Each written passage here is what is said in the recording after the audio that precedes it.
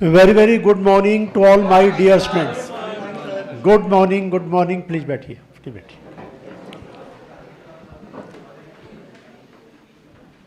हाँ please page number 42. Agricultural income वाला part सारा दोबारा से कर लेते हैं. एग्रीकल्चरल इनकम कर रहे थे ना, क्वेश्चन नंबर 18. एक बार पूरा पार्ट दोबारा से कर लेते हैं. Discuss partial integration of agriculture income. Central government non agriculture को बोलती है एक बार आपको मिलाना पड़ेगा, लेकिन एग्रीकल्चर को टैक्स नहीं करेंगे. इसका नाम उन्होंने दिया है पार्शियल इंटीग्रेशन. पब्लिक कह रहे हैं सीधा सीधा बोलो ना इनडायरेक्ट टैक्सिंग, और करके डिस्कस इनडायरेक्ट टैक्सिंग. पब्लिक कह रही है ये तो इनडायरेक्ट टैक्सिंग है. फिर इसका एक टेक्निकल क्वेश्चन बनता है. अंडर द कॉन्स्टिट्यूशन ने सेंट्रल गवर्नमेंट को एग्रीकल्चर इनकम पे टैक्स लगाने की पावर नहीं दिया है, फिर भी पार्लियामेंट ने कुछ गड़बड़ कर दिया है. एक्सप्लेन कैसे किया उन्होंने, क्या गड़बड़ किया है. Agricultural income section 10(1), agricultural income fully exempt है. एग्जम्प्ट है मतलब सेंट्रल गवर्नमेंट टैक्स नहीं कर सकती, स्टेट गवर्नमेंट कर सकती है. और कॉन्स्टिट्यूशन में लिखा हुआ है इन इंडिया. इसका मतलब इंडिया के बाहर की टैक्स कर सकती है, इंडिया की नहीं, इंडिया के बाहर की. As per entry number 82. ये बात कहाँ लिखी हुई है? यूनियन लिस्ट की एंट्री नंबर 82 में. और स्टेट गवर्नमेंट लगा सकती है, ये कहाँ लिखा हुआ है? स्टेट लिस्ट की एंट्री नंबर 46 में. तो इतना एक बार आप दोबारा रीड कर लो, थोड़ा और ऐड करूँगा मैं इसके अंदर, एक बार रीड कर लो.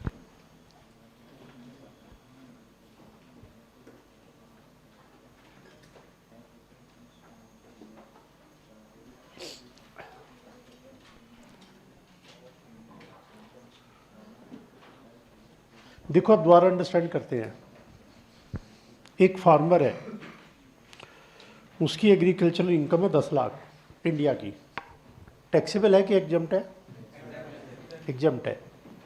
एग्जम्प्ट इन द सेंस के सेंट्रल गवर्नमेंट टैक्स नहीं लगा सकती. क्या स्टेट गवर्नमेंट लगा सकती है? यस. क्या स्टेट गवर्नमेंट एक्चुअली लगाती है? नो. क्यों? क्योंकि फार्मर की हालत इंडिया में बहुत ख़राब है. आप कहोगे सर ख़राब है, क्यों ख़राब है? थोड़ी इसकी बात कर लें. देखो गेहूं की फसल है, ये नवंबर दिसंबर के महीने में फार्मर लगाते हैं, और लगाने के बाद 6 महीने बेचारे दिन रात काम करते हैं. जैसे आप एग्ज़ाम की तैयारी करते हो 6 महीने दिन रात कर लगती है ना. और जब फसल तैयार होती है, अब ये महीना है मार्च का, लगभग रेडी है, और 15 अप्रैल को उन्हें कटाई करनी है इसकी फसल की. काट के मार्केट में ले जाके बेचेंगे. और पिछले 4-5 सालों से पता नहीं क्या हो गया, सीज़न सारा बदल गया है, और इस सीज़न में बरसात हो जाती है.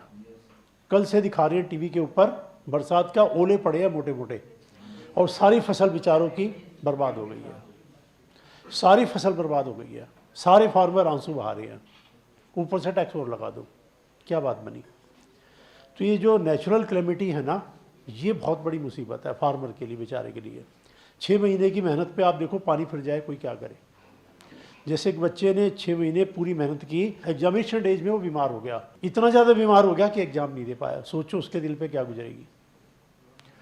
6 महीने की मेहनत पे पानी फिर जाए, वो तो वही जानता है जिसकी मेहनत पे पानी फिरता है. तो फार्मर के साथ, बेचारे के साथ हमेशा ऐसा ही है. तो स्टेट गवर्नमेंट से क्या टैक्स लगाएं बताओ इनको? तो और हमें अपनी पॉकेट से देना, इनकी हेल्प करनी है, इसलिए कोई स्टेट गवर्नमेंट टैक्स नहीं लगाती है. अब कॉन्स्टिट्यूशन में लिखा हुआ है word agricultural income in India. Law के अंदर जो लिखा है वही होता है. अब किसी ने कहा what about outside India? Outside India central government से हम लगा सकते हैं. दिखाओ कहाँ लिखा हुआ है? आउटसाइड इन लिखा है, इन नहीं लगाएंगे, आउटसाइड तो लगा सकते हैं. लेकिन आउटसाइड कैसे लगाएंगे? जैसे मान लो एक पर्सन नेपाल में है, और नेपाल में उसकी एग्रीकल्चरल इनकम है, तो क्या सेंट्रल गवर्नमेंट टैक्स लगा देगी इस पर? नो. क्योंकि पर्सन भी इंडिया के बाहर है, इनकम भी इंडिया. हमारा क्या मतलब है? वो आउटसाइड इंडिया वाली बात कब अराइज होगी कि मैंने एग्रीकल्चरल फील्ड खरीद लिया नेपाल में, इसकी बात गवर्नमेंट कह रही है, इस पर हम टैक्स लगाएंगे. क्योंकि आप इंडिया में हो तो हम इस पर टैक्स लगाएंगे. अब इस बात को थोड़ा और समझ लीजिएगा. देखिए 4 कम्बिनेशन बनते हैं, मैं 4 कम्बिनेशन बना के दिखाता हूँ आपको. 4 कम्बिनेशन कैसे बनते हैं. पर्सन भी इंडिया के बाहर, इनकम भी इंडिया के बाहर. पता नहीं मैंने पहले ही बनाए थे कि नहीं बनाए थे? बनाए थे. तो एक बार वो रिपीट कर लेते हैं. पर्सन भी इंडिया के बाहर, इनकम भी इंडिया के बाहर, एग्जम्प्ट. पर्सन इंडिया के बाहर, इनकम इंडिया में, टैक्सेबल. पर्सन इंडिया में इनकम इंडिया के बाहर टैक्सेबल, पर्सन भी इंडिया में, इनकम भी इंडिया में टैक्सेबल। 3 कम्बिनेशन में इनकम इंडिया में टैक्स हो जाती है, एक कम्बिनेशन में बचती है। किसमें? तुम भी बाहर, इनकम भी बाहर। फिर बात देखिए, आप में से एक स्टूडेंट ने अमेरिका की मैगजीन के लिए एक आर्टिकल लिखा और वो इस मैगजीन में प्रिंट हो गया और आपको कुछ पेमेंट मिला, इनकम है आपकी, टैक्सेबल के एग्जाम्प्ट? टैक्सेबल। क्यों? बिकॉज गवर्नमेंट सेज ये सब आर्टिकल लिखना आपको किसने सिखाया? हमने। टैक्स निकालो।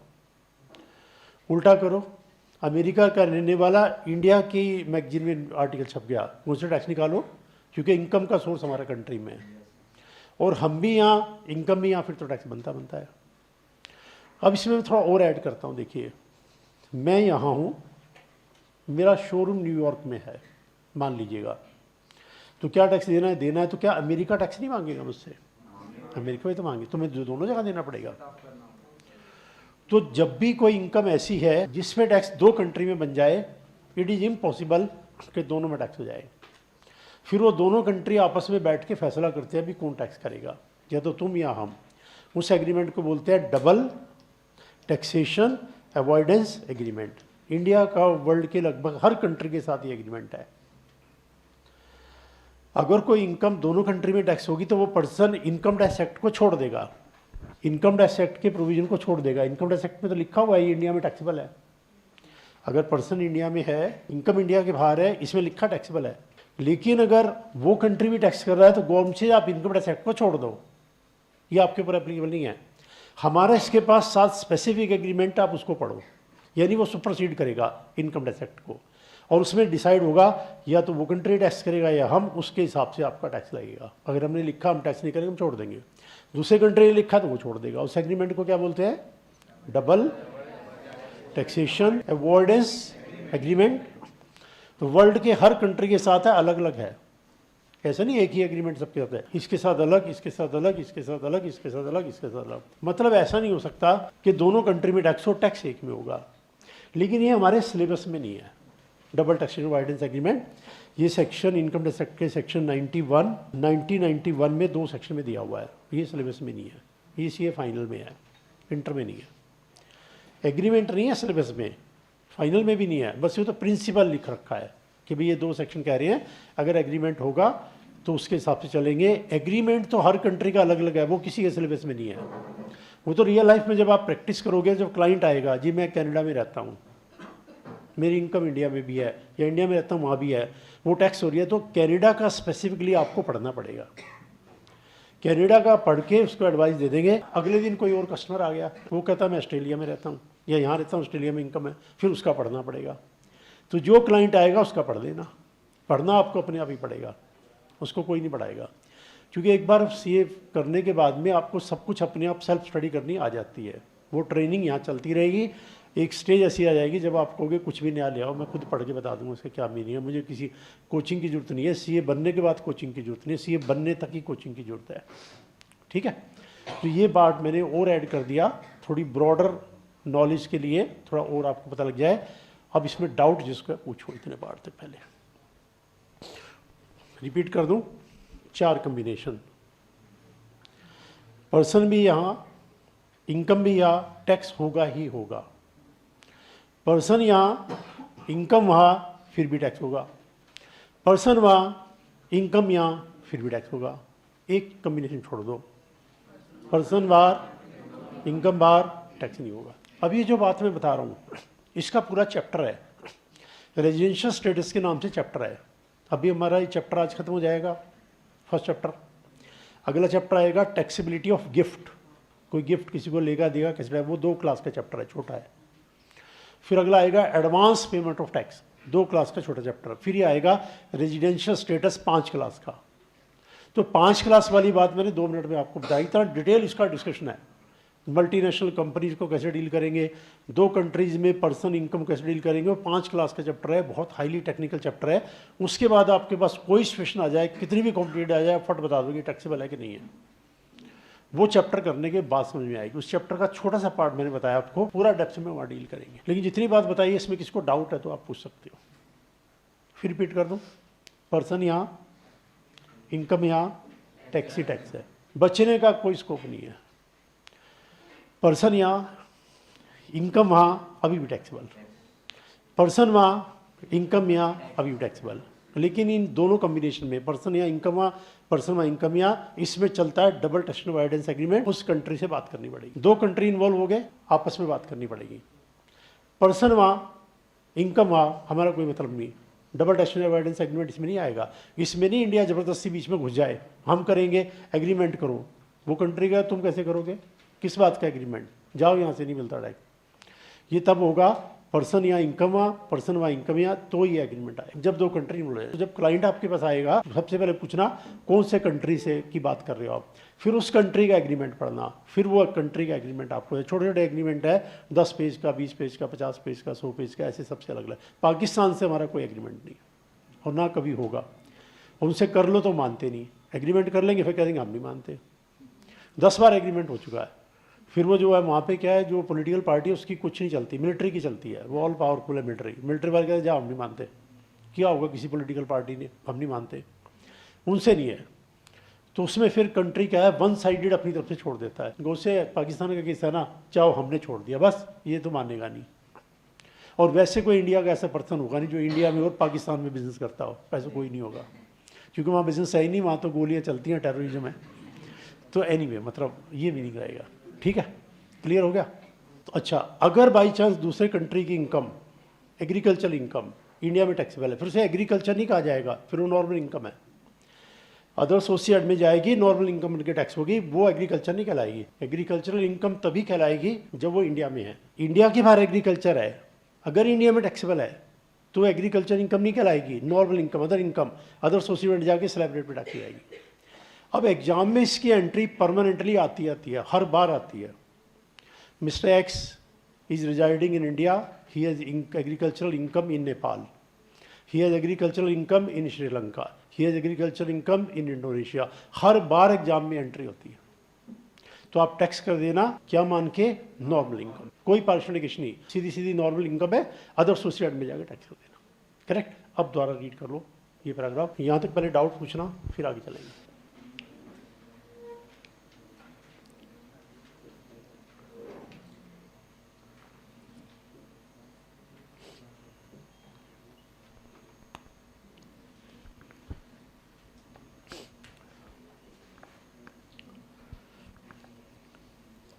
ठीक है, डाउट बोलो।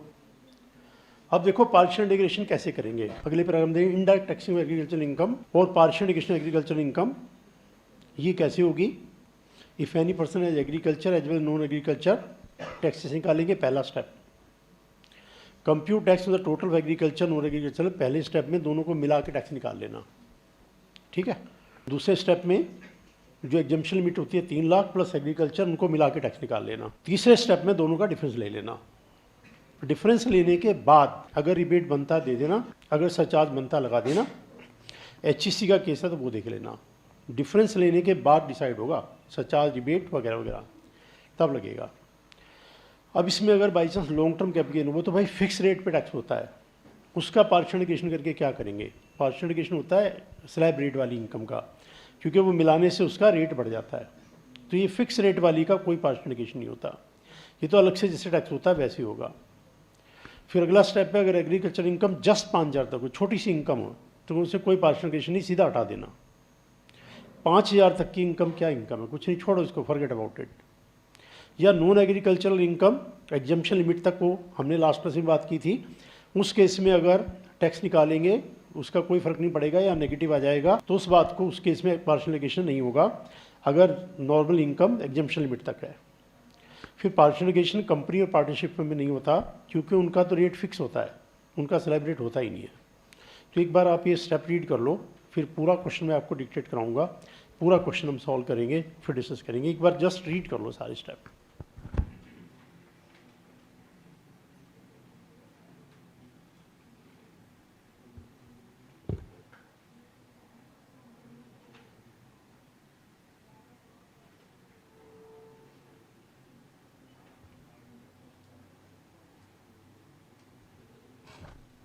ठीक है, अब इसका पूरे का एक क्वेश्चन लिखवाता हूँ प्रैक्टिकल, फिर पूरे क्वेश्चन को सॉल्व करेंगे तो क्लियर हो जाएगी बात पूरी आपको।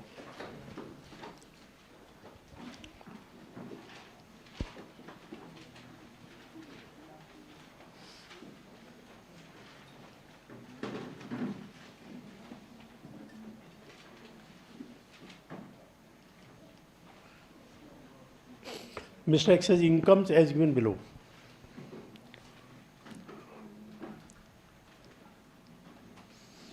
Income under the head house property 7 lakh. Income under the head business profession 2 lakh. Then capital gain head में LTCG 4 lakh.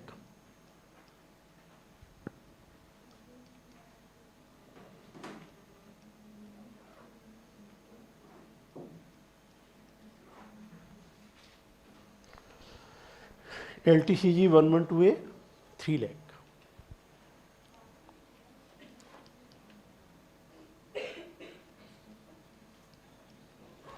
STCG 1 lakh.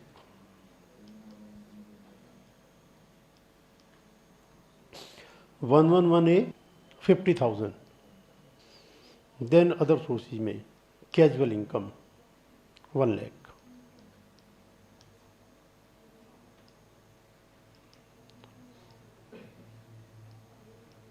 Agricultural income 7 lakh. ये क्वेश्चन है, मान लो आगे लिख लो कंप्यूट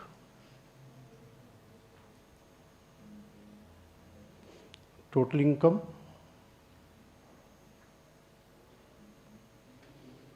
इन टैक्स लायबिलिटी. प्रीवियस ईयर हमारा फिक्स है 23-24. असेसमेंट ईयर हमारा फिक्स है 24-25. हर क्वेश्चन में ईयर यही होगा. ये आईसीआई ने फिक्स किया है एग्जाम के लिए. जो बच्चे अभी मई में अपेयर होंगे उनका भी यही ईयर है, और जो नवंबर में अपेयर होंगे उनका भी यही ईयर है. ईयर बदलेगा अगले साल मई से. मई और नवंबर सेम रहता है. देखो मई 24 नवंबर 24 दोनों का फाइनेंस एक्ट कौन सा है? Finance act 23. दोनों का प्रीवियस ईयर क्या है? 23-24. असेसमेंट ईयर क्या है? 24-25. ये बात हमने पहले भी की थी, तो ध्यान रखना. मई नवंबर सेम रहता है, फिर अगले मई से बदलेगा, यानी मई 25 से बदलेगा. ठीक है.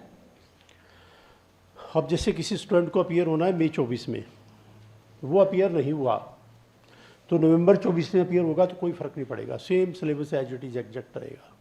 लेकिन आपको अपीयर होना है नवंबर 24 में.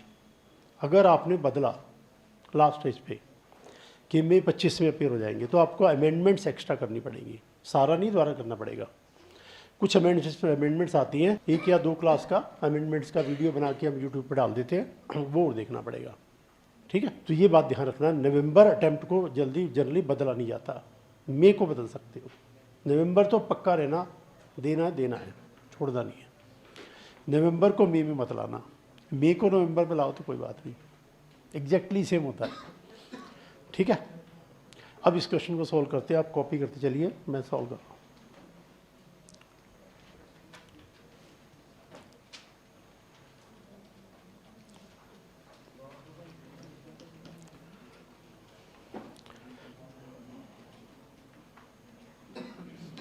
Income under the head house property कितना? बोलते जाओ फिगर फटाफट. 7 lakh. Business profession 2 lakh. LTCG 4 lakh. LTCG 112A 3 lakh. STCG 1 lakh. STCG 111A 50,000. उसके बाद अदर सोर्सेज में कैजुअल इनकम 1 लाख. सारे को ऐड कर लो, पहले निकालो ग्रॉस टोटल इनकम कितना? 18,50,000. यहाँ तक डाउट देख लो. जो भी क्वेश्चन मिलेगा पहला पार्ट यही रहेगा हर क्वेश्चन में. एंड तक जितने भी क्वेश्चन करेंगे पहला पार्ट यही रहेगा, ग्रॉस टोटल इनकम निकालनी है. इनकम टैक्स के लास्ट तक जो भी क्वेश्चन करेंगे ये पार्ट तो ऐसे ही रहेगा. अब इसमें से डिडक्शन लेस कर देना.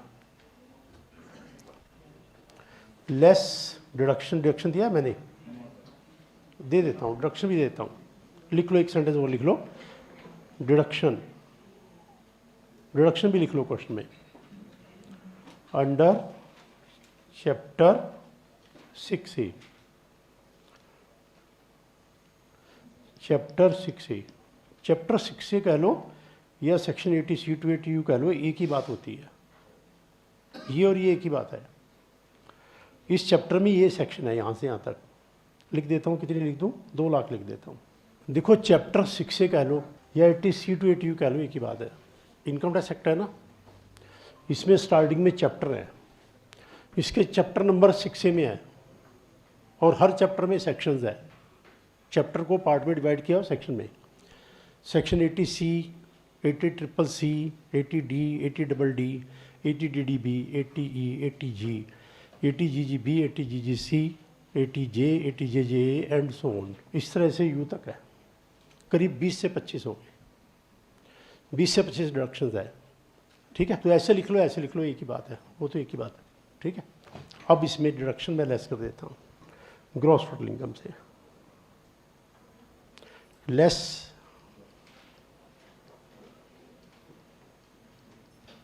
डिडक्शन 6A, कितना अमाउंट है, 2 लाख।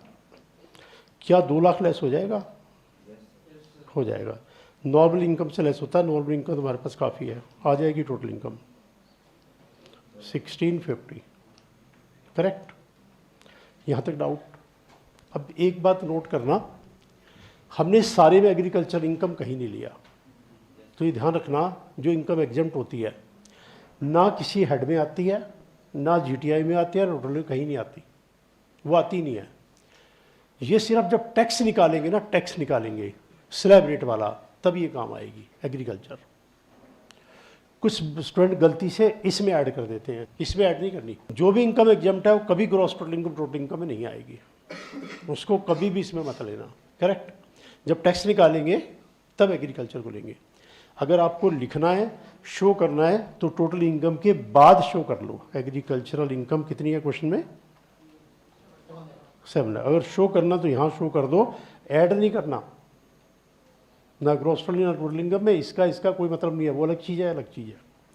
ये सिर्फ टैक्स निकालने में काम आएगी।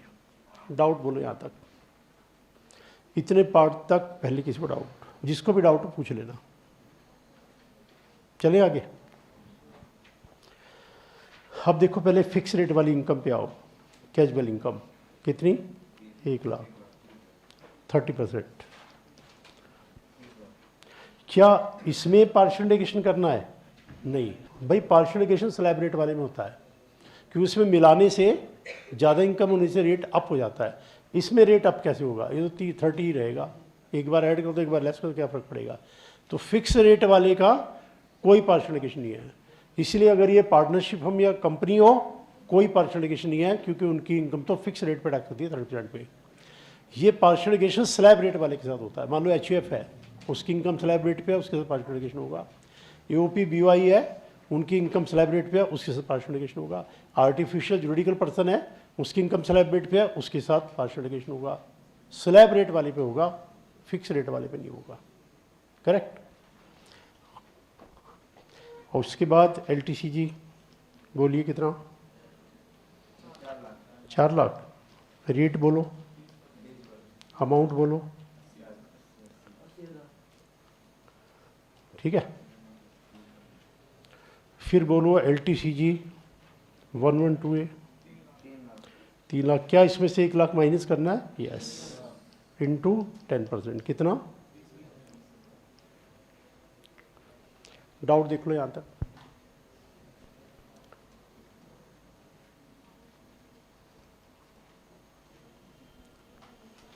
ठीक है, आगे 111A कितना, 50,000 into amount.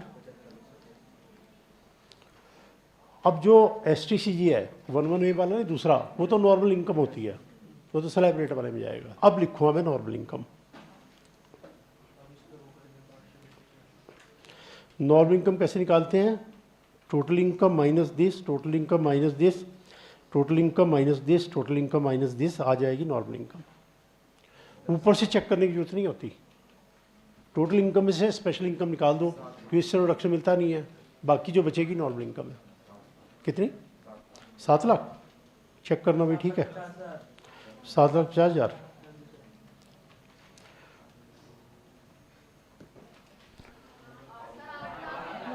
$8,50,000।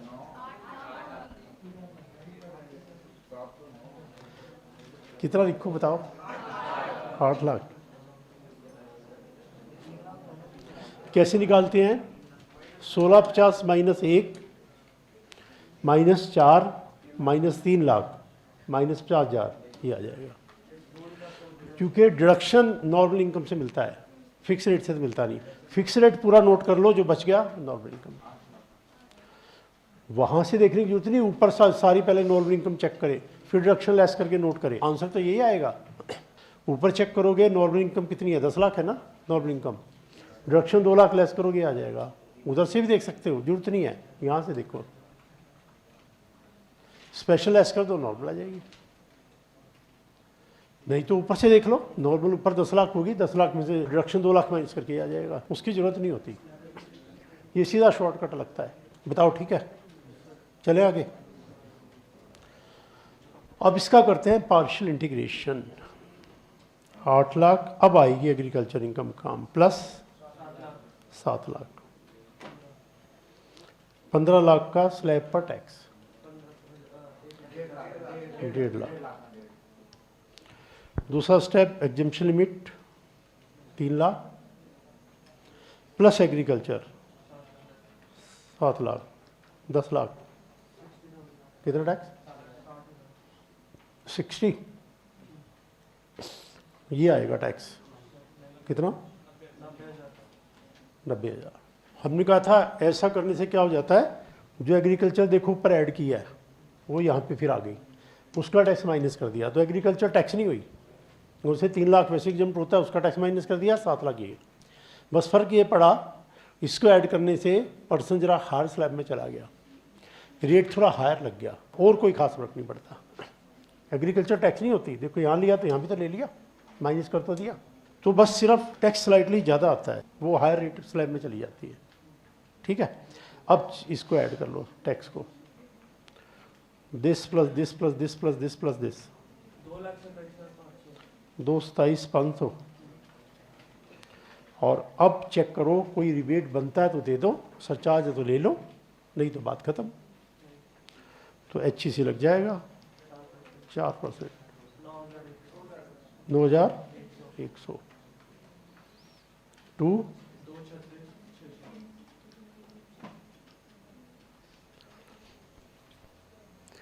That is how we are getting a question the examination. Exam का प्रॉपर क्वेश्चन है ये, आप आराम से देख लो, फिर सेम क्वेश्चन दे रहा हूं मैं आपको सॉल्व करने के लिए। डाउट जिसको है पूछो, जो भी क्वेश्चन आपके माइंड में आ रहा पूछ सकते हो।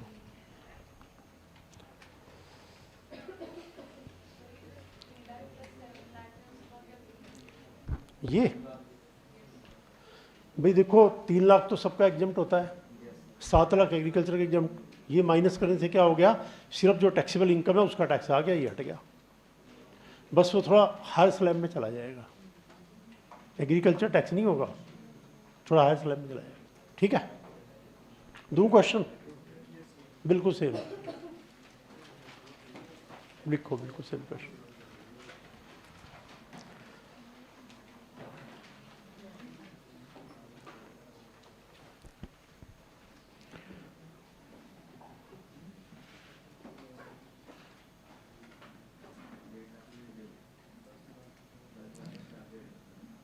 Mr. says incomes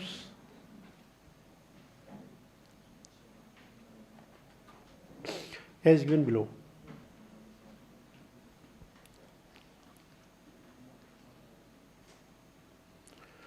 Income under the house property ₹70 lakh.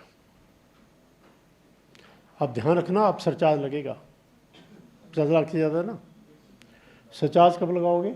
ये फिगर तक आने के बाद यहाँ पे सरचार्ज ऐड करना। स्टेप नंबर 1 में सरचार्ज नहीं है, स्टेप 2 में सरचार्ज नहीं है। जब डिफरेंस ले लोगे, डिफरेंस लेने के बाद सारा टोटल करने के बाद ये जब टैक्स आएगा अब सरचार्ज लगेगा। ठीक है ना, हो जाएगा ना, ठीक। Then LTCG 5 lakh, LTCG 112A 7 lakh, casual income 8 lakh, agricultural income 15 lakh. बस compute tax liability. Same pattern पे सॉल्व करना, हो जाएगा, प्रॉब्लम आएगी नहीं।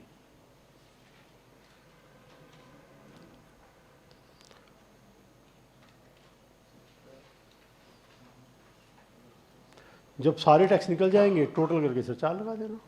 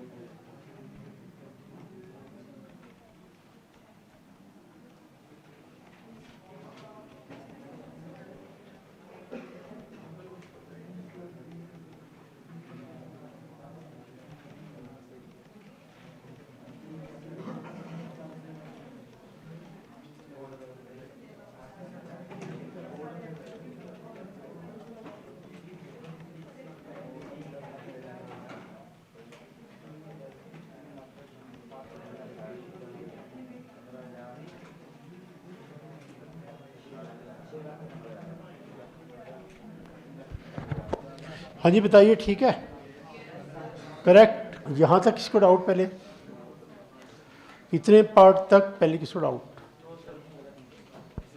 देख लीजिएगा किसको डाउट है तो सारी इनकम्स लिख लो, टोटल कर लो, ग्रॉस टोटल इनकम। अच्छा, डिडक्शन इस क्वेश्चन में मैंने दी नहीं, अगर होती तो लेस कर देते। एग्रीकल्चर को बीच में ऐड नहीं करना। फिर टैक्स निकालोगे फिक्स रेट वाले का तो सीधा सीधा निकाल लो, वही पार्शियल एलोकेशन नहीं है। और जो स्लैब रेट वाला है पार्शियल एलोकेशन कर लो। उसके बाद जब टैक्स का डिफरेंस ले लो, सारे टैक्स आ जाएंगे, सरचार्ज तब लगेगा सारे निकालने के बाद। ठीक है,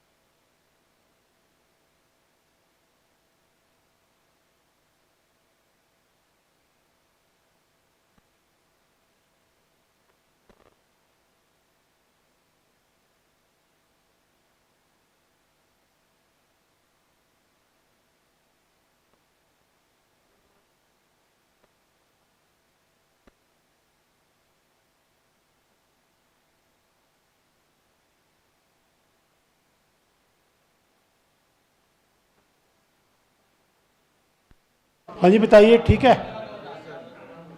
इज दैट करेक्ट? किसी को डाउट?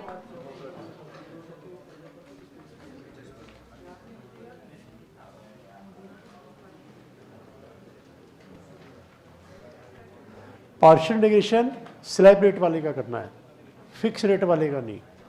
इसीलिए पार्टनरशिप फर्म कंपनी में कभी पार्शियल इंटीग्रेशन नहीं होता, क्योंकि उनकी इनकम ही फिक्स रेट पे है। बोलिए डाउट्स। आप कुछ पूछ रहे थे ना, आप कोई डाउट पूछ रहे थे ना?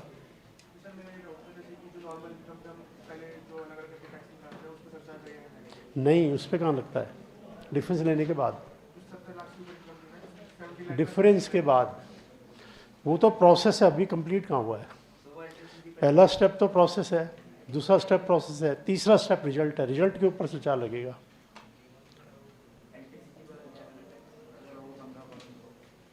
एलटीसी पे लग जाएगा टैक्स, क्या मतलब 20% टैक्स तो लगेगा। सरचार्ज तो टोटल इनकम चेक कर लो, टोटल इनकम क्योंकि 50 लाख से ज़्यादा है, इसलिए सारे के सारे टैक्स पे लगेगा। ये 50 से ज़्यादा है, टोटल इनकम है तो वो ये है, तो ये इसमें टोटल इनकम है नहीं, यही बन जाएगी। तो सारे का टैक्स इन सब के टैक्स के ऊपर लगेगा। तो ये फैसला करता है ना, इंडिविजुअल थोड़ा देखते हैं, इसको देखते हैं। 50 एक्सीड कर गया ना तो सारे पे लग जाएगा ना, बस बात खत्म हुई। इसको देखना है ना, इसको क्यों देख रहे हो, इसको देखो, ये 50 से ज़्यादा है ना, सारे टैक्स पे लगेगा। हाँ, जो भी रेट है, रेट तो तुझे पता होना चाहिए। अब 50 लाख के ऊपर क्या रेट लगता है। अब तू 100 के ऊपर पूछेगा रेट, फिर 200 के ऊपर पूछेगा, फिर तो पता नहीं क्या पूछेगा। ठीक है, डाउट बोलो यहाँ तक क्लियर? अब एक इलस्ट्रेशन और दिखाता हूँ पहले, फिर वैसा क्वेश्चन दूंगा। एक बार देख लो पहले, एक इलस्ट्रेशन दिखा देता हूँ, फिर बिल्कुल वैसा क्वेश्चन दे दूंगा ताकि आपको सॉल्व करने में फिर प्रॉब्लम ना आए। सैंपल पहले देख लो, पेज नंबर आओ 43, पेज नंबर 43 पे आइए। पहले एक सैंपल देख लीजिएगा, फिर सैंपल के बाद मैं दूंगा क्वेश्चन। 43 पेज पर जो इलस्ट्रेशन 10 है, 10 का पार्ट नंबर 8, 10 का part number 8, Mister excess income house property 101 lakh, मतलब मार्जिनल रिलीफ भी है और एग्रीकल्चर इनकम भी है। मार्जिनल रिलीफ भी है, एग्रीकल्चर इनकम तो कैसे सॉल्व करें भाई, 101 और साथ में 6 लाख, इसका सोल्यूशन दिखाता हूँ आपको। आइए पेज नंबर 45 पे, पेज नंबर 45 पे 8th पार्ट देख लो। पहले हाउस प्रॉपर्टी की इनकम लिख लो 101 लाख, जो भी इनकम है, ग्रॉस टोटल इनकम आ गई, डिडक्शन कुछ नहीं दिया हुआ, टोटल इनकम आ गई, एग्रीकल्चर अलग से शो कर दिया। अब कैलकुलेशन देखो, 101 के साथ पार्शियल इंटीग्रेशन करके टैक्स निकालेंगे। पहला स्टेप वही आ गया, दूसरा वही आ गया, तीसरे स्टेप में डिफरेंट ले लिया। अब इसमें क्योंकि मार्जिनल रिलीफ है तो मार्जिनल रिलीफ का कैलकुलेशन वर्किंग नोट में देखो, तो 101 का तो आ गया पार्शियल इंटीग्रेशन करके 3294।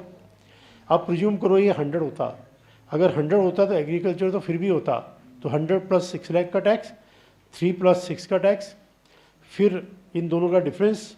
अब क्योंकि 100 लाख तक सचा 10% लगता है, 15 नहीं, तो 10 लगा के निकाल लिया। अब increase in tax, increase in income, जो नॉर्मल सिस्टम है मार्जिन का वो निकाल लिया, मार्जिन रिलीफ अलाउ करके आंसर निकाल लिया। तो आप आराम से इसको देख लो, फिर बिल्कुल ऐसा क्वेश्चन मैं आपको दूंगा।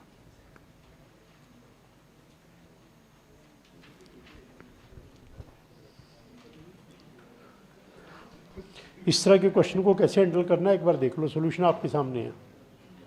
क्वेश्चन में दूंगा, बुक को ओपन रखना, मिला मिला के एक एक स्टेप करना।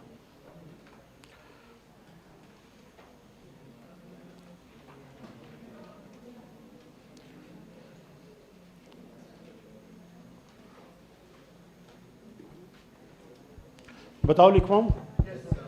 इसमें डाउट तो नहीं किसी को? सेम सिस्टम से सॉल्व करते चलना, बुक से मिला मिला के सॉल्व कर लेना। लिखवाऊं? लिखो।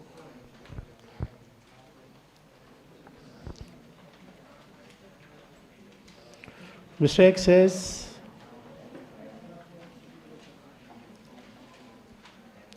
income under that house property 202 lakh,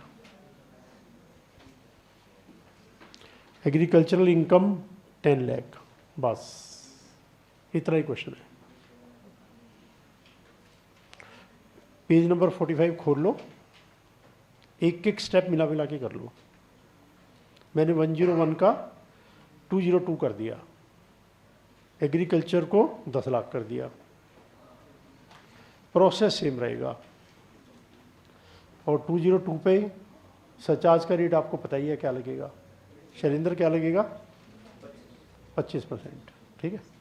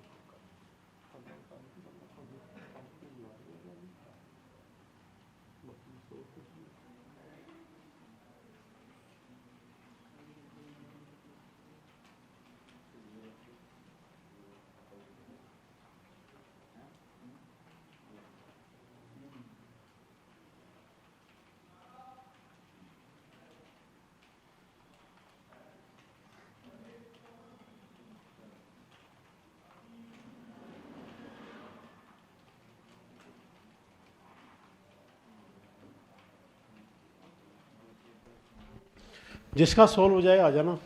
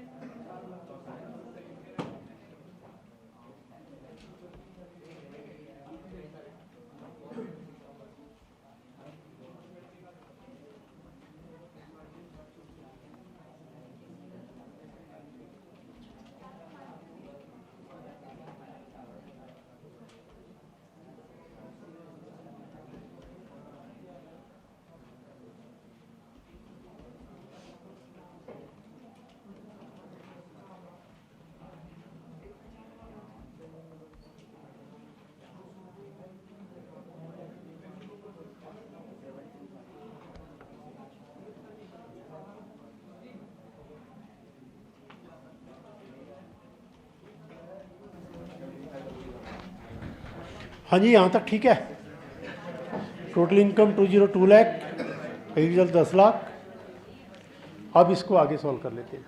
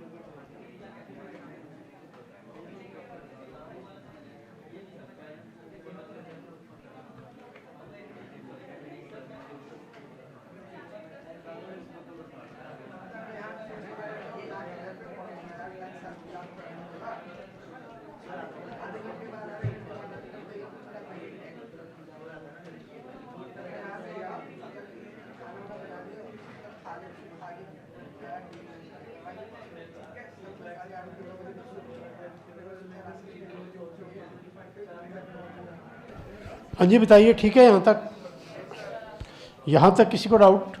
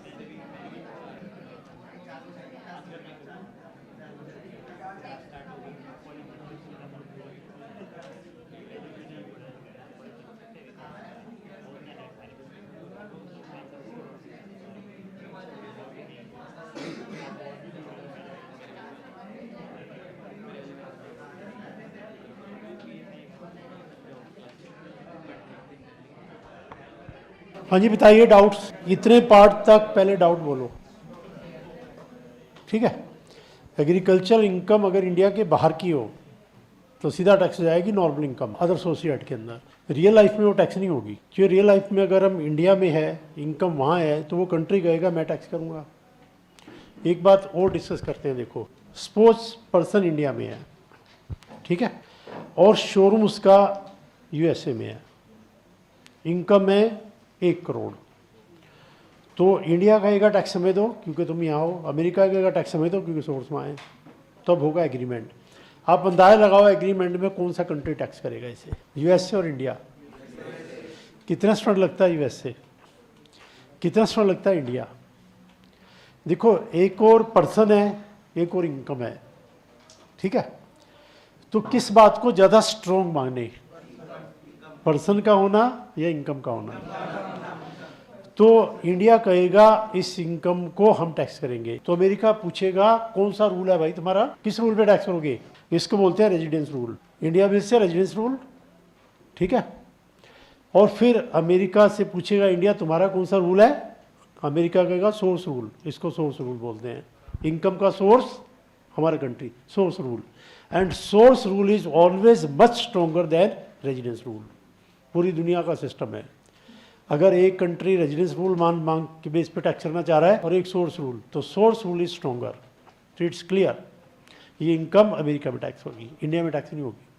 अगर इंडिया में टैक्स नहीं होगी तो फिर इनकम टैक्स एक्ट में साफ साफ लिख देते हैं कि टैक्स नहीं होगी, साथ में लिखे जा रहे टैक्स होगी, साथ में कह रहे अच्छा कोई बात नहीं छोड़ देते हैं। समझ रहे हो मैं क्या कह रहा हूँ।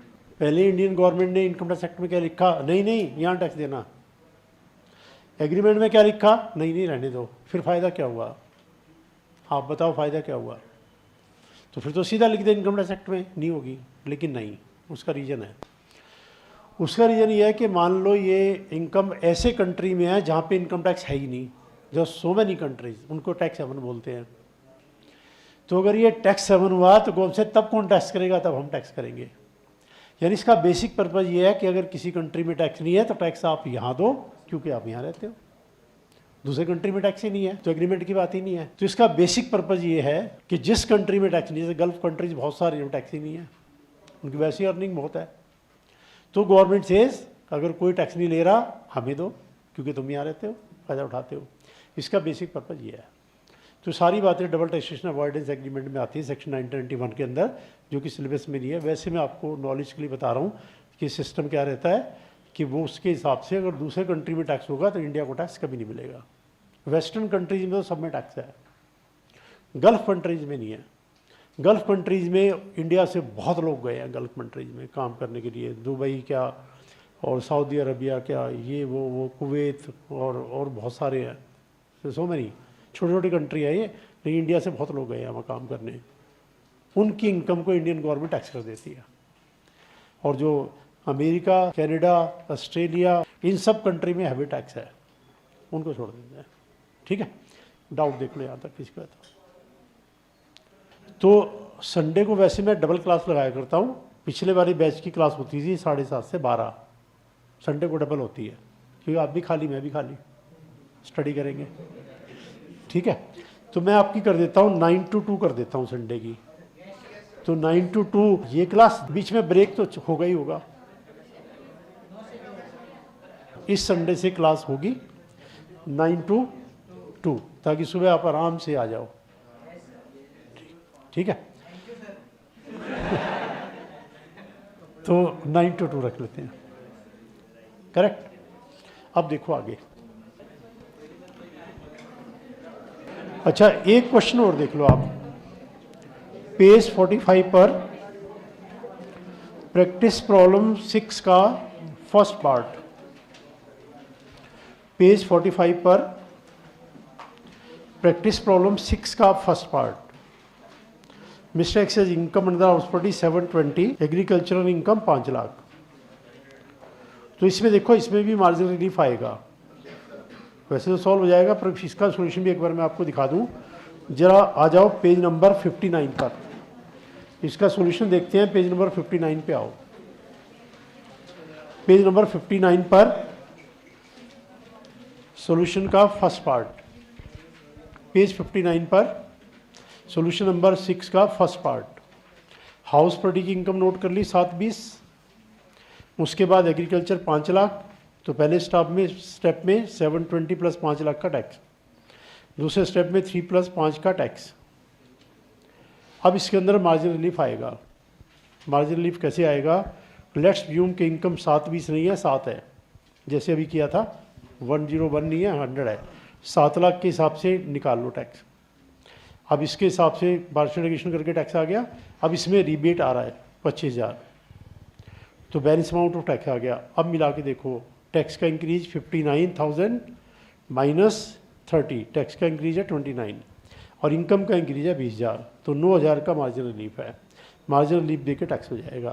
तो आप एक बार अच्छे से देख लो, मैं सेम क्वेश्चन फिर आपको दे रहा हूँ, चेक कर लो आराम से, कोई जल्दी नहीं है। सेम स्टाइल में क्वेश्चन होगा, मिला मिला के इससे कर लेना। हाँ जी बोलो, किसी को डाउट है इसमें? सेम लिखवाऊँ? लिखो सेम क्वेश्चन, बुक को ओपन रहने देना, मिला मिला के कर लेना।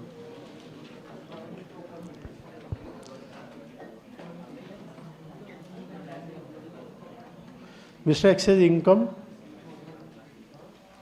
under the head business session rupees 7,18,000, 7,18,000। Agricultural income rupees 10 lakh.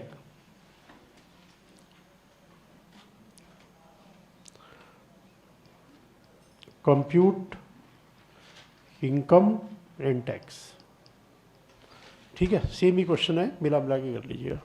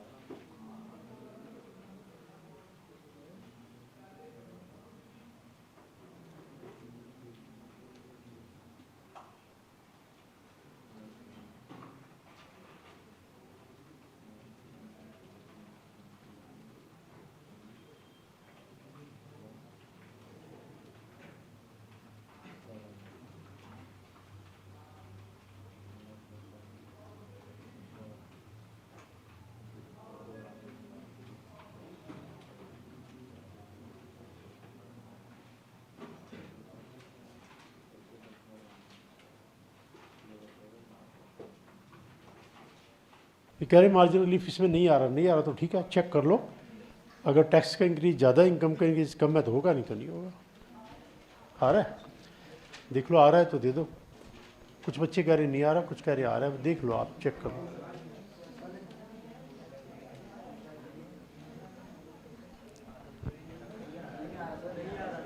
नहीं आ रहा तो ठीक है, आ रहा है तो ठीक है, देख लो।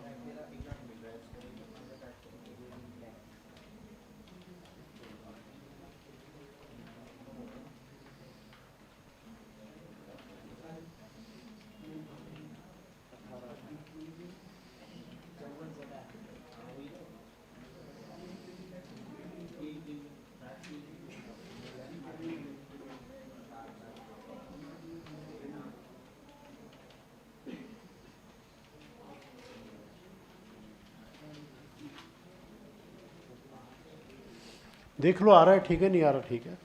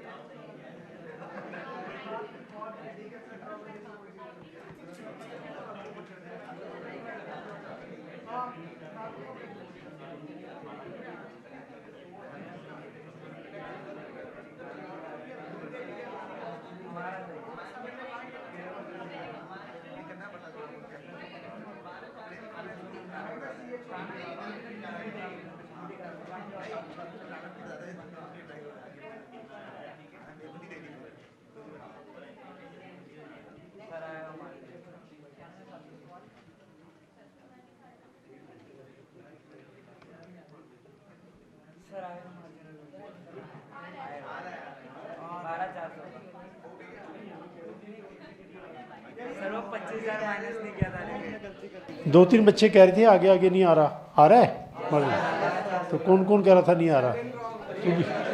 तू भी तो कह रहा था नहीं आ रहा। एक तो कह रहा था नहीं आ रहा। 125,000 माइनस नहीं किया। 25,000 माइनस ही नहीं किया, फिर क्या किया तूने? अब कर दिया। हाँ जी अब बताओ, ठीक है, अब डाउट बोलिए, डाउट। मतलब अब मैं आपको किसी भी टाइप का क्वेश्चन दे सकता हूँ, आप सॉल्व कर सकते हो, है ना, घुमा फिरा के ऐसे वैसे वैसे वैसे, जैसा मर्जी क्वेश्चन हो, ठीक है। तो लिखो फिर एक, कैसा भी क्वेश्चन हो आप सॉल्व कर सकते हो। Mister x has LTCG 112A ₹6,90,000, agricultural income 10 lakh. Mr. Y has casual income 5 lakh, agricultural income 10 lakh. बस दो ही क्वेश्चन है, सॉल्व कर लीजिए। एक्स का LTCG 112 है, 690 है, एग्रीकल्चर इनकम 10 लाख है। मिस्टर वाई का कैजुअल इनकम 5 लाख है, एग्रीकल्चर इनकम 10 लाख है। दो पार्ट हैं, आप अपने माइंड से सॉल्व कर लो।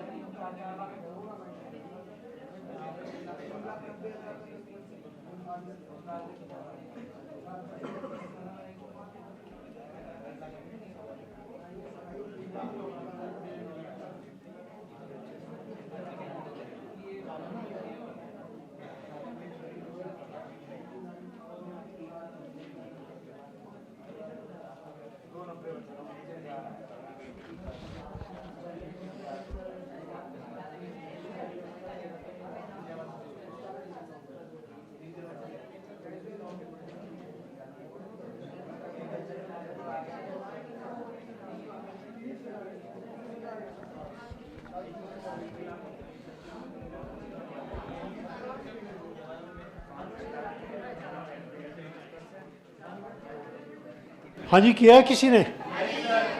सब ये कह रहा सब कंफ्यूज हो गए। सब कहाँ कंफ्यूज हुए? इतने सारे बच्चे कह रहे किया है, तू कंफ्यूज हो गया, मतलब थोड़ा सारे कंफ्यूज हो गए। कह रहा पूरी क्लास कंफ्यूज हो गई है। बताओ, कंफ्यूज तो अकेला हुआ है। हाँ जी, कौन करेगा बताइए, कौन सॉल्व करेगा? आ जाओ, आप आ जाओ, आपने हाथ करेंगे, आ जाओ। आप आओगे? चलो अब तो ही कर रहे हैं, आ जाओ, दोनों आ जाओ, दोनों मिलके पूरी क्लास को कंफ्यूज कर दो।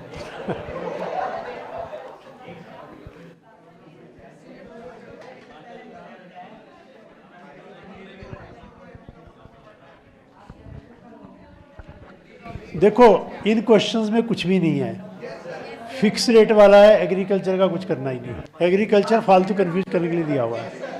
फिक्स रेट में एग्रीकल्चर का क्या काम? सीधा सीधा सेपरेट टैक्स निकलेगा। और LTCG 112 से रिबेट मिलता नहीं है। बस वो मिस्टेक हो सकती थी, किसी ने रिबेट जरूर दिया होगा। LTCG 112 से रिबेट मिलता नहीं है। और कैजुअल इनकम से रिबेट दे देना। 1.5 मिनट के सॉल्यूशन है, 1.5 मिनट का, इसका 1.5 मिनट का। किसी ने एग्रीकल्चर को बीच में डाल दिया तो टाइम खराब करेंगे वो। एग्रीकल्चर का कोई रोल ही नहीं है। फिक्स रेट वाले में एग्रीकल्चर का कोई रोल नहीं है। सेपरेट सेपरेट टैक्स निकलना है। LTCG 112 से रिबेट मिलता नहीं है, तो 3 लाख नॉर्मल एग्जम्पशन देके टैक्स निकाल लो। एग्री कैजुअल से 3 लाख माइनस करते नहीं हैं।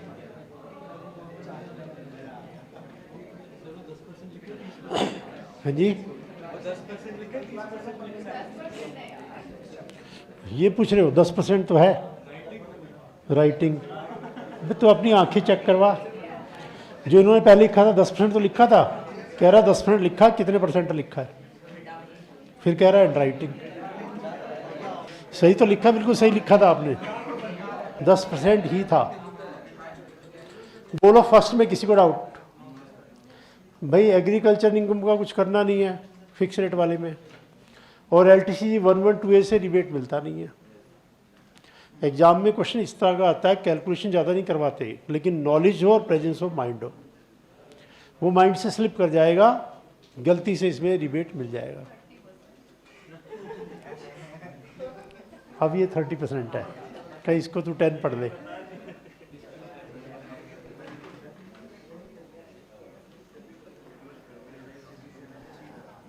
और इसमें गलती क्या हो सकती थी कि 3 लाख माइनस हो जाता, गलती हो जाती है, नॉर्मल इनकम नहीं है 3 लाख माइनस कर दो, इसमें 3 लाख माइनस नहीं करना, 3 लाख इसमें माइनस करना है, इसमें नहीं करना। गलती हो जाती है 3 लाख माइनस कर दो, बस रिबेट तो मिलेगा मिलेगा। अब देख लो इसमें कुछ भी नहीं है, जिसने एग्रीकल्चर का पार्शियल डेरिवेशन किया होगा उसने गड़बड़ की होगी।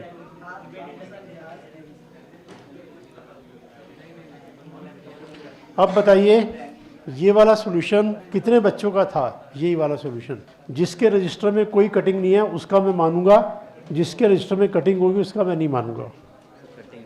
हाँ कटिंग है ना, तो फिर तूने अब ठीक किया है, कटिंग है तो। जिसके रजिस्टर में कोई कटिंग नहीं है वो हाथ खड़ा करो। तुम्हारे में भी देखो कितनी कटिंग है, तुम्हारा भी नहीं मानूंगा मैं। जिसके रजिस्टर में कोई कटिंग नहीं है, और ये आंसर है रेज हैंड। लेकिन ऐसा नहीं होना चाहिए पहले सॉल्व भी ना किया और सीधा सॉल्व कर दिया। कोई कटिंग नहीं है। अब डाउट बोलो। तूने तो यहाँ से देख के कॉपी किया होगा, तो 10% भी तूने तो यहाँ से कॉपी किया। अब बोलिए डाउट्स, डाउट बोलो डाउट। देखो अब आगे चलो ब्रेक करते हैं, पहले ब्रेक करके अगला पार्ट टेकअप करते हैं, ठीक है? ब्रेक करके पार्ट और है, सेपरेट पार्ट है टेकअप।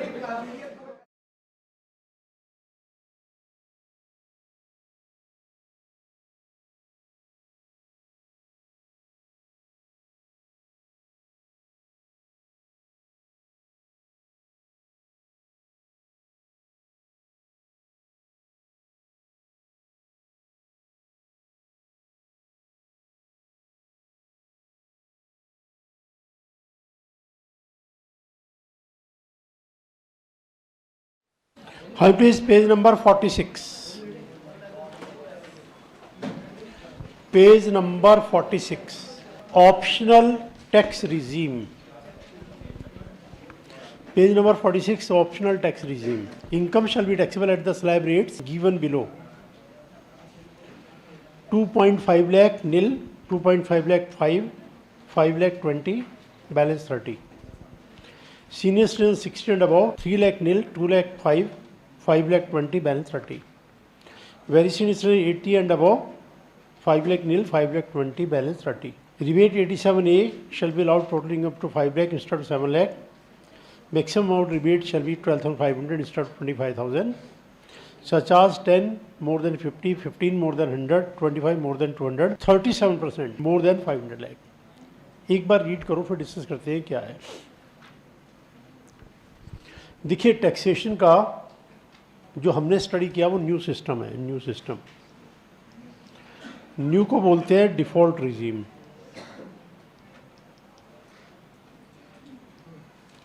लेकिन जो पुराना सिस्टम है वो भी अभी चल रहा है, उसको बोलते हैं ऑप्शनल रिजीम। यानी पुराना सारा सिस्टम बदल के गवर्नमेंट ये सिस्टम लेके आई है, बट गवर्नमेंट से किसी को अगर पुराने सिस्टम में कंटिन्यू करना तो कर लो, आपकी मर्जी। आप ऑप्शन दे देना कि मैं पुराने में आना है तो पुराने में रह जाओ, अदरवाइज डिफ़ॉल्ट कुछ नहीं बोलोगे ये माना जाएगा, और आप न्यू कहोगे तो न्यू ही माना जाएगा। बाय डिफ़ॉल्ट ये होगा जो हमने स्टडी किया। जो इसमें ऑप्ट करेगा क्या फ़र्क होगा, स्लैब रेट 333 वाले नहीं लगेंगे, 2.5 लाख एग्जम्प्ट होगा। अगला 2.5 पे 5% लगेगा, अगले 5 लाख पे 20% लगेगा, बैलेंस पे 30 लगेगा अगर इस सिस्टम में आएंगे तो। ठीक है, रिबेट टोटल इनकम 5 लाख तक है तो मिलेगा, इससे ज़्यादा तो नहीं मिलेगा इस सिस्टम में। रिबेट मैक्सिमम मिलेगा 12,500, अभी मिल रहा है 25,000। 7 लाख तक मिल रहा है 25,000 मिल रहा है, 5 के ऊपर नहीं मिलेगा, 5 लाख तक ही मिलेगा, वो भी 12,500। सरचार्ज 3 रेट है, 10, 15, 25, इसमें 4 रेट है, 10, 15, 25 एंड 37%। 500 लाख के ऊपर है, आपकी मर्जी इसमें, आपकी मर्जी इसमें। अगर क्वेश्चन में दिया हो ऑप्शनल तो आप ये रेट लगाना, क्वेश्चन में दिया डिफ़ॉल्ट ये लगाना, न्यू लिखा तो भी ये लगाना, साइलेंट है तो भी ये लगाना, ये वाला। ठीक है, अब पर्सन की ऑप्शन है, हर साल ऑप्शन बदल सकता है, जी आज मैं इस साल में इसमें रहूँगा, अगले साल में इसमें रहूँगा, मुझे आपकी मर्जी है। तो एक बार आप पहले रीड कर लो क्या डिफरेंस है ओल्ड में, फिर और बात करते हैं इसके ओल्ड। एक बार ओल्ड को अच्छे से रीड कर लो, फिर और डिस्कस करते हैं।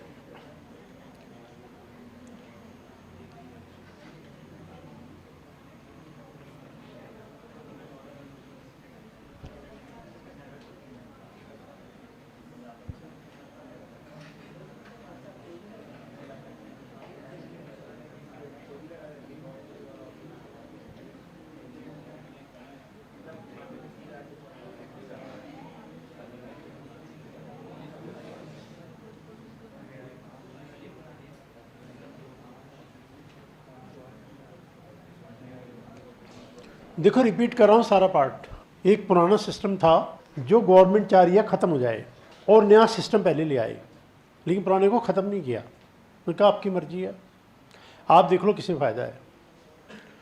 तो अगर मैं अभी कंपैरिजन करूँ तो फ़ायदा इसी में है, स्लैब रेट भी बेटर हैं, सरचार्ज भी 3 ही रेट है, इसमें 4 है। लेकिन सारे चैप्टर को जब देखेंगे तब समझ में आएगा बेटर कौन सा है। एक चैप्टर से क्या पता लगेगा, पूरे इनकम टैक्स एक्ट के हर चैप्टर के एंड में हम ये डिस्कस करेंगे क्या फ़र्क है। 20 चैप्टर हैं तो 20 के 20 चैप्टर में डिस्कशन होगा, फिर जाके आप कंक्लूड कर सकते हो कि कौन सा बेटर है।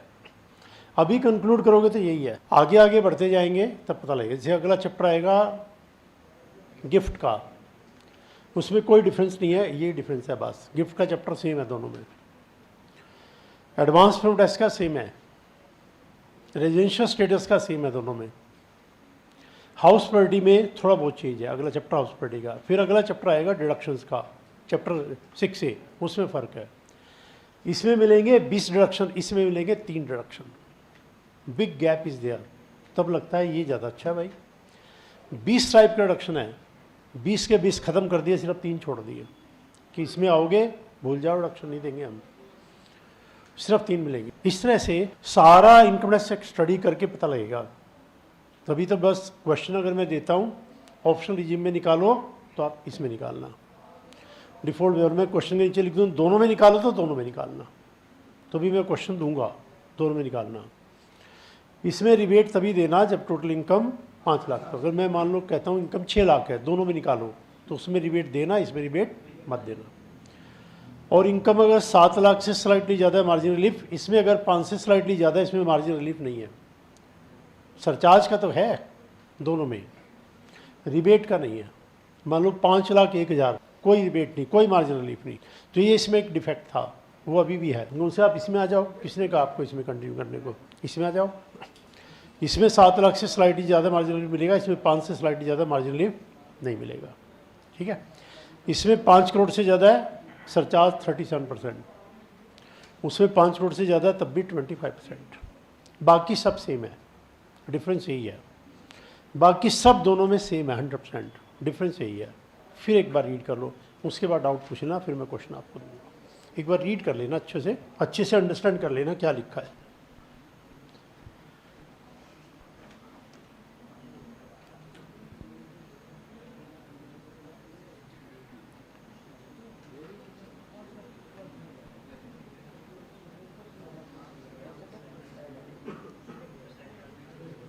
अच्छा, इसमें सिस्टम ये है होल्ड में, अगर एज 60 ईयर है या ज़्यादा है, तो पहला 3 लाख एग्जम्प्ट है, अगले 2 लाख पे 5%, नेक्स्ट 5 लाख पे 20 और उसके बाद 30। और अगर 80 एंड अबव है तो 5 लाख तक कुछ नहीं है, अगले 5 लाख पे 20, बैलेंस पे 30। इसमें एज के हिसाब से भी है, इसमें नहीं है। इसमें कौन से एज का हमें नहीं पता, जितनी मर्जी एज हो एक ही रेट है। इसमें था कि अगर आप senior citizen, very senior citizen है, आपका टैक्स कम है। इसमें गवर्नमेंट ने खत्म कर दिया। बेसिक डिफरेंस दोनों में क्या है, इसमें बहुत टाइप के कंसेशन दे रखे थे गवर्नमेंट ने, बहुत सारे, तो लोग उस कंसेशन को काउंट नहीं करते थे। गवर्नमेंट को बोलते थे जी देखो आपने सिर्फ 2.5 लाख माफ़ किया है, उसके बाद टैक्स लग रहा है, तो उससे जो और इतने सारे कंसेशन दे रखे वो कोई काउंट नहीं करता था। गवर्नमेंट का लो फिर 3 लाख माफ़ कर दिया। यहाँ अगले 2.5 लाख पे 5 है, अगले 2.5 लाख पे 5%, अगले 3 लाख तक 5% है। फिर 2.5 + 2.5 के बाद 20 है, यहाँ 3 + 3 के बाद 10 है। तो यहाँ पर टैक्स के रेट कम कर दिए, अदर बेनिफिट्स गायब कर दिए। यहाँ पर टैक्स का रेट ज़्यादा है बट अदर बेनिफिट्स है, उससे अदर बेनिफिट कोई काउंट नहीं करता, लोगों को अदर बेनिफिट नज़र ही नहीं आते। तो लो फिर अदर बेनिफिट सारे हटा दिए हमने, सिर्फ तुम स्लैब में ही बेनिफिट ले लो जाओ। तो एनीवे मतलब ये गवर्नमेंट का व्यू है कैसे बेटर रहेगा, ठीक है। जैसे हम एक बंदे को कहें कि भाई तू 20,000 रुपये का पेमेंट कर किसी भी काम के लिए, तुझे 20,000 देने हैं, लेकिन तुझे इसके साथ ये फ़ायदा, ये फ़ायदा, ये फ़ायदा, ये फ़ायदा, ये फ़ायदा भी मिलेगा, तो वो इसको देख के कहेगा 20,000 रुपये ले रहे हैं, अदर बेनिफिट की बात नहीं करेगा। तो हमने कहा ऐसा कर तू 20,000 रहने दे, तू 12,000 रुपये दे और कोई बेनिफिट तुझे नहीं मिलेगा। तो अब वो कहेगा ठीक है भाई पेमेंट बहुत कम है 12,000, अदर बेनिफिट को इन जनरल कोई काउंट नहीं करता। समझदार लोग अदर बेनिफिट देखते हैं, जनरल पब्लिक अदर बेनिफिट नहीं देखती। वो तो ये कहेंगे भी ये 20,000 बहुत ज़्यादा है, ये 12,000 कम है। 20 के साथ जो अदर बेनिफिट्स हैं, मान लो वो 15,000 के अदर बेनिफिट्स हैं, तो 15,000 माइनस के तो बैलेंस कितना बचा, 5,000, तो उसे 5,000 ही तो लिया, अदर बेनिफिट तो है, लेकिन लोग काउंट नहीं करते। अब अदर बेनिफिट खत्म करके 12,000 ले लिया, उनसे खुश रहो 12,000 दो, तो गवर्नमेंट से हमारा तो फ़ायदा है। पहले 20 लेके 15 के अदर बेनिफिट थे, तो 5 ही तो लिया, अब अदर बेनिफिट गायब कर दिए, 12 ले लिया, हमें तो ज़्यादा मिल रहा है। लेकिन ये बात जब सारे चैप्टर हो जाएंगे तब आपको समझ में आएगी, पहले चैप्टर में समझ में नहीं आती। सारे चैप्टर आने दो तो देखना ओल्ड में कितने बेनिफिट्स हैं, न्यू में सब गायब कर दिए, दूसरी टाइप का बेनिफिट आ गया, ठीक है। बट गवर्नमेंट से आप देख लो, आपको जो अच्छा लगे वो ले लो, हमें कोई प्रॉब्लम नहीं है। अभी तो मैं क्वेश्चन दूंगा, दोनों में आंसर निकाल लेना। जब सारे चैप्टर हो जाएंगे तब मैं क्वेश्चन दूंगा कि दोनों में आप आंसर निकालिए और कंक्लूड करिए कौन सा बेटर है, तो फिर पूरी अंडरस्टैंडिंग आएगी। अभी तो सिर्फ छोटे से एस्पेक्ट है। क्वेश्चन मैं दे रहा हूँ, डाउट आप पूछ लो पहले, जिसको डाउट पहले पूछ लो, फिर मैं क्वेश्चन दे रहा हूँ। जो क्वेश्चन किसी के माइंड में पूछ लीजिए, लिख पाओ लिखो।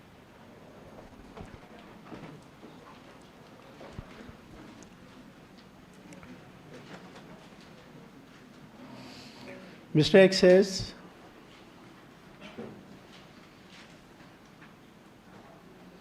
total income rupees 600 lakh. Compute tax, Part A, default regime. Part B, optional regime. Mr. Y has total income rupees 6 lakh. Compute tax, default regime, and part B optional regime. बस ये 2 question solve कर लो।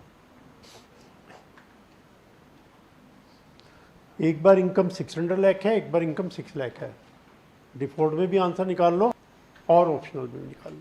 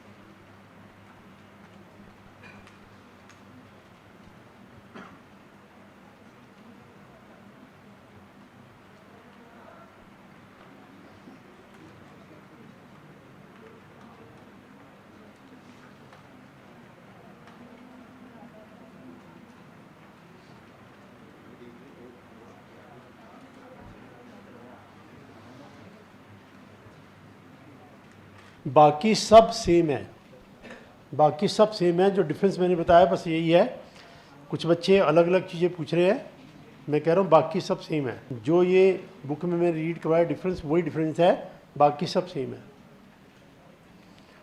जो difference book में note करवाया मैंने उतना ही difference है, बाकी सब सेम है।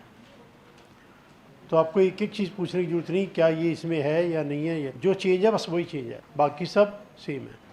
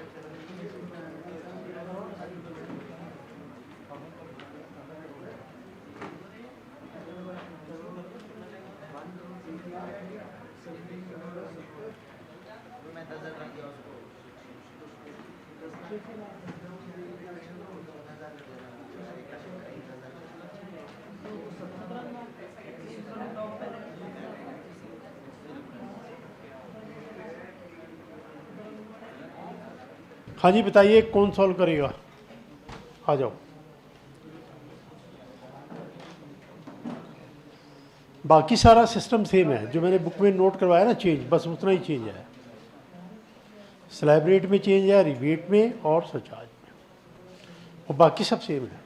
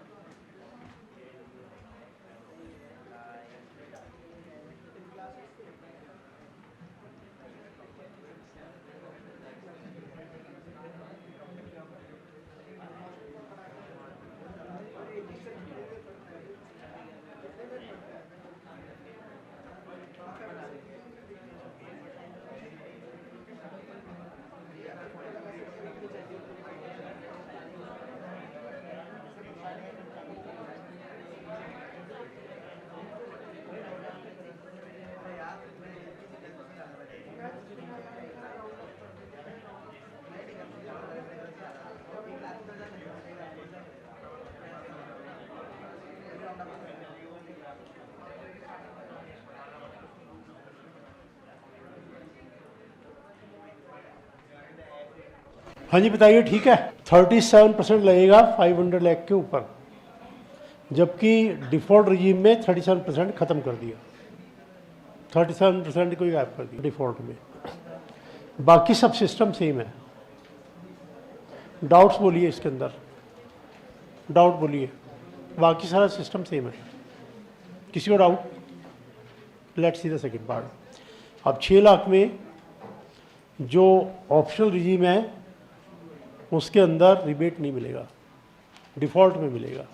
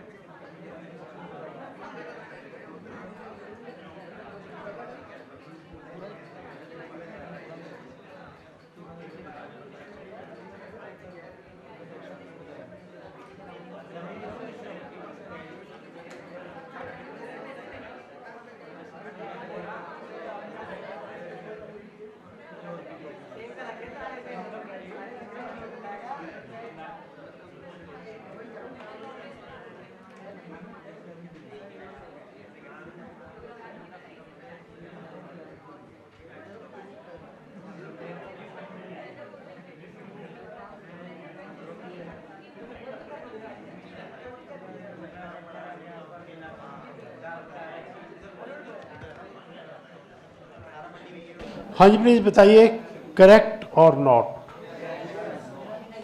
दोनों रिजीम में कर लिया ना, default as well as optional.